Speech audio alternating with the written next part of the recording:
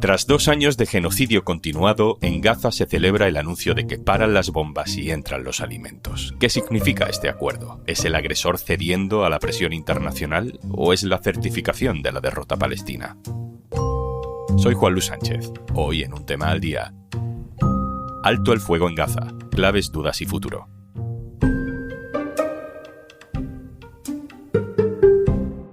Una cosa antes de empezar. Gracias a Kit Digital, la empresa Promeco 2000 ya se ha digitalizado. Te cuento más al final del episodio. Es madrugada en Palestina. Un periodista local recorre las calles de la ciudad de Gaza gritando la buena noticia para quienes no tienen acceso a Internet. La guerra ha parado, hay un alto el fuego, dice el chico con una amplia sonrisa en la cara. Hay muchas razones para ser escéptico, y de hecho en las horas siguientes ha seguido habiendo bombardeos en Gaza y muertes. Hay muchas razones para pensar que esto es un paso más en el sometimiento de Palestina, pero esa sonrisa del periodista palestino, que anda de madrugada en una Gaza a oscuras, destrozada por la guerra, pero esta vez anda tranquilo, relajado, eso también es real, también cuenta. They're smart, but they're not smart enough. Tan solo unas horas antes de esa madrugada feliz en Gaza, Donald Trump está en un acto público, curiosamente anunciando medidas antiterroristas contra el movimiento antifascista de Estados Unidos. En mitad del acto, el secretario de Estado de Estados Unidos, Marco Rubio, se estira en su silla para pasarle una nota al presidente. Luego se levanta y le dice algo al oído. Durante unos segundos, la escena nos recuerda a aquel momento en el que a George Bush le dicen en un colegio que las Torres Gemelas han sido atacadas. Pero esta vez la noticia le gusta mucho a Donald Trump y la comparte enseguida con los presentes. The Secretary of State saying that we're very close to a deal in the Middle East and they're going to need me pretty quickly, so I will take a couple of more questions. El acuerdo está a punto de cerrarse en Oriente Medio, dice Trump. Me voy a tener que ir porque me necesitan. Apenas un rato después, el presidente anunciaba que Hamás e Israel habían firmado un acuerdo para una primera fase del alto el fuego. Y hasta entraba por teléfono en directo en televisión para contar lo feliz que estaba porque su plan, presentado una semana antes, estaba funcionando y además que había hablado con Netanyahu y estaba feliz también porque el mundo le iba a querer de nuevo, literal. I spoke to Bibi Netanyahu just a little while ago. He called, he said, I can't believe it. He said, everybody's liking me now. Meaning him. He said, ¿Qué dice el acuerdo? ¿Qué implica para los palestinos? ¿Supone un futuro esperanzador o es la certificación del triunfo del genocidio? Saludo a Javier Biosca, jefe de internacional del diario.es. Hola, Javi. Hola, ¿qué tal? Y contamos también con el análisis de Olga Rodríguez. Hola, Olga. Hola, Juanlu, ¿qué tal? Javier, empiezo contigo por lo más concreto. ¿Qué se firma? ¿A qué compromiso se llega? ¿Qué sabemos de ese documento de alto el fuego? Bueno, lo más importante que tenemos que saber es que no se han firmado los 20 puntos que anunciaron Trump y Netanyahu en la Casa Blanca la semana pasada. Lo que se ha anunciado es lo que, según Trump, es la primera fase de ese acuerdo, que consiste, según él, en la liberación de los rehenes y la retirada de las tropas hasta un punto acordado, es decir, no es la retirada total de Israel de la Franja de Gaza. Además, todo esto, en teoría, va acompañado de la liberación de muchos presos palestinos, que según el texto original son 250 condenados a muerte y 1.700 gazatíes que fueron detenidos en las operaciones posteriores al 7 de octubre.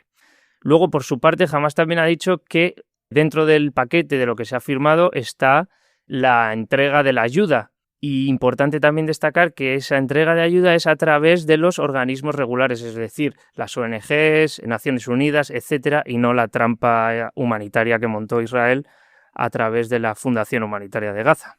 Pero bueno, ese último aspecto habrá que ver si realmente está reflejado. Dice el acuerdo que Israel va a dejar de bombardear Gaza y que retirará sus tropas hasta una línea determinada. ¿Qué significa eso? En el mismo plan que presentaron Trump y Netanyahu venía acompañado de un mapa de la Franja de Gaza en el que se determinaba esa primera línea de retirada de las tropas de Israel. Como te decía antes, no es una retirada total de la Franja de Gaza, sino que se retiran pues de los grandes núcleos urbanos, por así decirlo, y el alto del fuego sí que aplica a toda la Franja de Gaza, pero esa retirada no es absoluta. A medida que avancen las negociaciones, en teoría eso sí que iría acompañado de la retirada total de los soldados de Israel de la Franja de Gaza. Y una vez liberados los rehenes israelíes, se dice que de aquí al lunes, y una vez devueltos a Palestina los más de 2.000 presos que tiene Israel, sabemos qué va a pasar. Luego cruzamos los dedos. ¿Por qué es ahí donde podemos ser escépticos? En realidad ya hemos estado en este punto antes, es decir, hubo un alto al fuego de 2 meses con liberaciones semanales de rehenes, pero cuando llegó el momento de negociar los asuntos más complicados, Israel lo reventó de manera unilateral y retomó la ofensiva de una manera mucho más brutal que antes. Y lo realmente difícil es lo que viene ahora, que es negociar el fin de la guerra de verdad, el fin del genocidio, la retirada real de los soldados de Israel y que se salgan de la Franja de Gaza y el futuro de la franja. Entre otras cosas, ¿quién va a gobernar aquello? Porque jamás ha aceptado renunciar al poder, incluso ha intuido la posibilidad de un desarme, pero con lo que no está de acuerdo es con la Junta Internacional supervisada por Trump, Blair, etc. Así que hasta por ver, esas negociaciones van a ser duras y, como tú decías, hay que cruzar los dedos para que aquello no se rompa y que de verdad sea el final de la guerra definitivo, no solo un alto al fuego. Javi, creo que compartimos una sensación extraña estos días, lo hemos hablado y lo hemos escrito, luego también le preguntaré por esto a Olga Rodríguez, pero cuando se presenta este plan de 20 puntos de Donald Trump en la Casa Blanca junto a Netanyahu, la primera interpretación que hicimos muchos es que eso no iba a ninguna parte porque, entre otras cosas, suponía un gobierno títere manejado desde Washington, deshaciendo incluso lo poco que queda de la autoridad local palestina. Pero de pronto se han movido las cosas muy rápido en una semana. Parte de la comunidad internacional, que es muy crítica con Trump, ha dicho que estupendo, que le parece muy bien el plan. A mí me ha sorprendido. A mí también. A mí me descolocó mucho, sobre todo, la reacción internacional a los 20 puntos del plan de Trump.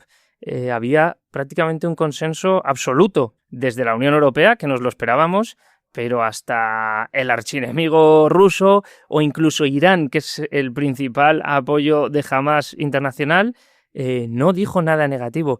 Lo cierto es que nos esperábamos un auténtico disparate y no era tal. Y eso fue gracias en parte a las presiones e introducciones que consiguieron meter a algunos países de los que no se ha hablado tanto, como fueron Francia y Arabia Saudí. Pero bueno, una vez hablas con la gente que sabe, que no son los gobiernos que salieron rápidamente a celebrar el acuerdo, ahí ya te das cuenta de los fallos de todo este plan, ¿no? O de los peligros del plan. Porque los gobiernos lo único que quieren y lo que están deseando es quitarse esa losa palestina de una vez, pero diga lo que diga Trump y digan lo que digan esos gobiernos, esto no supone el fin de la guerra, no supone el fin de la ocupación y no supone un camino a la estatalidad palestina. Hay una cosa que me dijo Daniel Levy, que no es un experto cualquiera, fue un negociador israelí en los 90 en los procesos de paz, que refleja bastante bien lo que es este acuerdo de paz, o lo que pretende ser este acuerdo de paz. Y lo que decía Levy es que esto se está dando a elegir al pueblo palestino entre apartheid o genocidio, y el mundo ha elegido apartheid. La última, Biosca, como estamos en un momento muy absurdo, te tengo que hacer esta pregunta. Hoy se decide, se anuncia, quién es el Premio Nobel de la Paz de este año. Y Donald Trump lleva mucho tiempo diciendo que quiere serlo. ¿Tú crees que se lo dan a Donald Trump? Bueno, esperemos que no. Ha sido el propio Trump el que ha hinchado este globo, ¿no? Pero bueno, esperemos que no le den el Nobel a la persona que ha cambiado el nombre de Departamento de Defensa por Departamento de Guerra, que está bombardeando lanchas en aguas del Caribe de manera ilegal, redadas a migrantes para mandarlos a prisiones de máxima seguridad en otros países, etc. Son evidentes las razones por las que no debe ganar el premio Nobel. Javier Biosca, compañero, muchas gracias. Gracias. Olga Rodríguez, voy contigo para interpretar un poco qué implica de cara al futuro este acuerdo. Lo primero te quiero preguntar por qué sensación te deja este acuerdo de alto el fuego, sabiendo que las cosas pueden cambiar muy rápido a lo largo de las horas, incluso después de que grabemos este episodio. Pero, ¿qué sensación tienes? Bueno, un alto el fuego siempre es bienvenido. Las treguas salvan vidas, por muy breves que sean. En Gaza anoche, cuando hablé con gente que conozco allí, había celebraciones, las hemos visto luego ya en vídeos que se han difundido.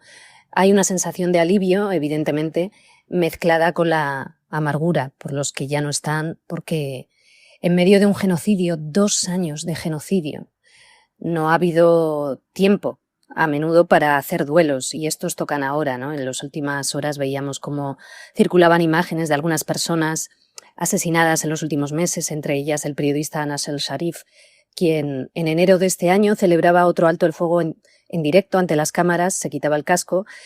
Aquello no llegó a buen término y Anas el-Sharif fue asesinado como otros muchos, ¿no? Ojalá esta vez esto sea duradero, pero para ello van a tener que darse una serie de condiciones. ¿Por qué ahora, Olga? Es decir, ¿qué ha pasado para que este acuerdo de pronto se desencadene tan rápido en una semana? ¿Es porque la presión social ha funcionado, Israel pues no ha tenido otro remedio? ¿O es lo contrario? Que esto es el típico acuerdo de paz que en realidad es Palestina firmando su derrota. Bueno, esto lo primero que demuestra es que Estados Unidos tiene la llave, como llevamos 2 años diciendo, ¿no? Y aquí hoy también había muchos analistas que recordaban que también la administración Biden tenía la llave, ¿no?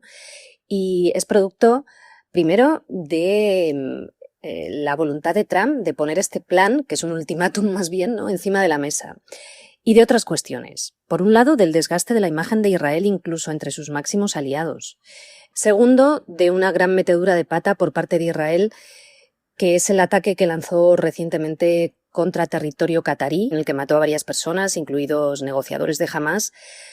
Tercero, es producto también de la debilidad de la parte palestina, también de lo que suponen 2 años de genocidio que machacan a la población que lo sufre, pero que también empiezan a ser insostenibles incluso en sectores aliados de Israel para sostener un determinado relato, ¿no? Se necesita una escenificación en estos momentos para ese relato de también los aliados de Israel. Ha habido ya intentos de impulsar iniciativas en Naciones Unidas, no desde Europa, sí desde el sur global, para el envío de fuerzas de paz y otras. Eso no se ha querido contemplar desde el llamado Occidente. Ante ello ha habido la presentación de una alternativa ofrecida por Francia y Arabia Saudí, que es sin duda injusta y asimétrica para el pueblo palestino, pero en ese marco se han ido desarrollando cosas, ¿no? La semana en Nueva York con los encuentros de Naciones Unidas fue importante en este sentido. Pero estamos hablando todo el rato de un plan presentado por Trump como un ultimátum que es muy asimétrico, sin plazos, sin garantías, con muchas cuestiones sin definir aún y cuyo primer borrador es un proyecto colonial 2.0. Te iba a preguntar precisamente por más detalles de ese plan, porque ahora mismo parece lo único a lo que nos podemos aferrar, pero es duro de leer. Es duro de leer. La opción es más genocidio. El plan implica, en estos momentos, si no se logran cambios en las negociaciones, implica una ocupación permanente, podría darse una ocupación permanente con fuerzas internacionales de Estados Unidos y de otros países. No garantiza a día de hoy la marcha del ejército israelí. Este quedaría, en el mejor de los casos, relegado a una línea dentro de la Franja de Gaza, una línea que podría suponer incluso el control del 17% de la Franja de Gaza por el ejército israelí, pero esto se puede negociar y parece que en las últimas horas podría ser menos. Todo esto se daría una vez que sean entregados todos los rehenes, ¿no?, que pasará pues este fin de semana, el domingo, a más tardar el lunes.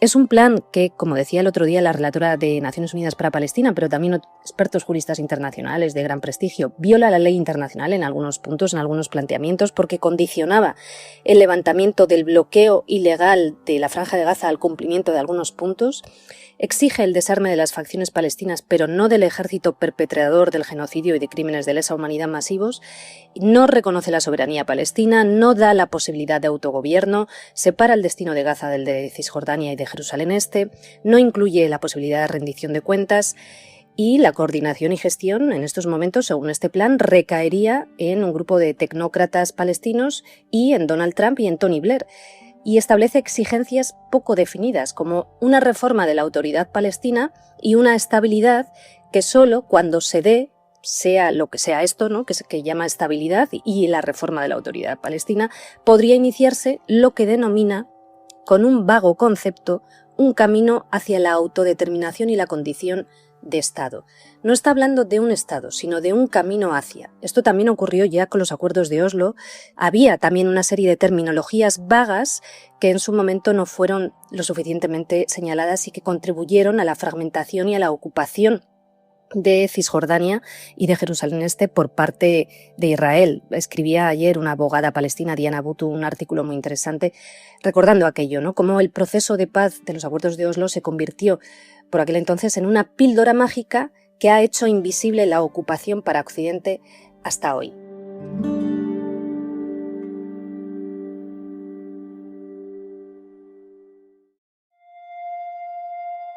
Con el plan en la mano, Olga, ¿dónde crees que vamos a estar dentro de un año? Pensando en lo que quiere hacer Israel, en lo que puede tolerar el pueblo palestino, ¿dónde nos ves en unos meses, en un año? Israel va a seguir queriendo comprar tiempo para negar el derecho a la autodeterminación del pueblo palestino, reconocido como tal por resoluciones de Naciones Unidas, y para negar el fin de la ocupación ilegal y de la segregación que aplastan al pueblo palestino. Israel no va a querer renunciar a la ocupación ilegal colonial.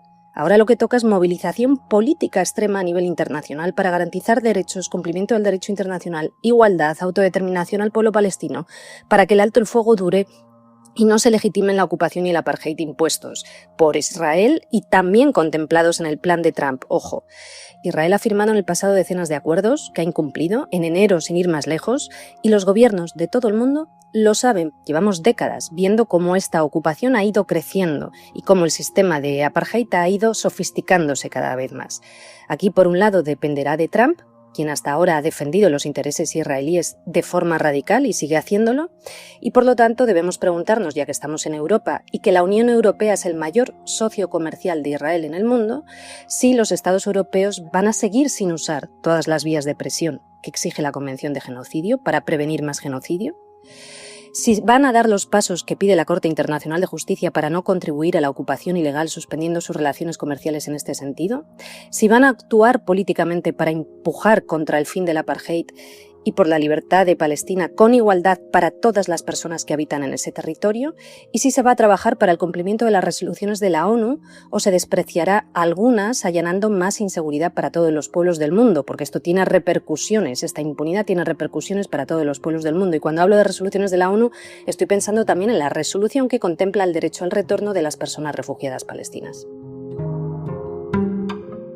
Olga, no te puedo despedir sin preguntarte lo mismo que le he preguntado a Javier Biosca. ¿Tú crees que realmente vivimos en un mundo capaz de darle el Premio Nobel de la Paz a Donald Trump? Bueno, no es casualidad, algunos decían hoy que no era casualidad que Trump y que esto llegara un día antes, ¿no?, del anuncio del Premio Nobel de la Paz. Y Donald Trump ha demostrado que le gustaría tenerlo, ¿no? Decía un analista palestino, Mohammad Shehada, recordaba cómo ha habido otros premios Nobel de la Paz en el pasado que podrían ser cuestionables, ¿no? Conocemos a Isaac Rabin por ser uno de los artífices impulsor de los acuerdos de Oslo, pero el mandatario israelí antes de eso también tuvo un pasado, ¿no? En la primera intifada palestina ordenó romper los huesos a los insurrectos palestinos. Luego le dieron el Premio Nobel de la Paz. Henry Kissinger tiene un Nobel de la Paz y fue diseñador de la guerra sucia de represión brutal en Latinoamérica. O Menachem Begin, que fue otro primer ministro israelí, fue antes de eso líder del Irgun que cometió atentados terroristas matando a 91 personas.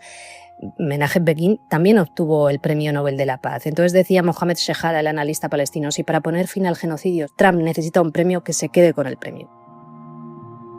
Olga Rodríguez, compañera, muchas gracias. Un placer.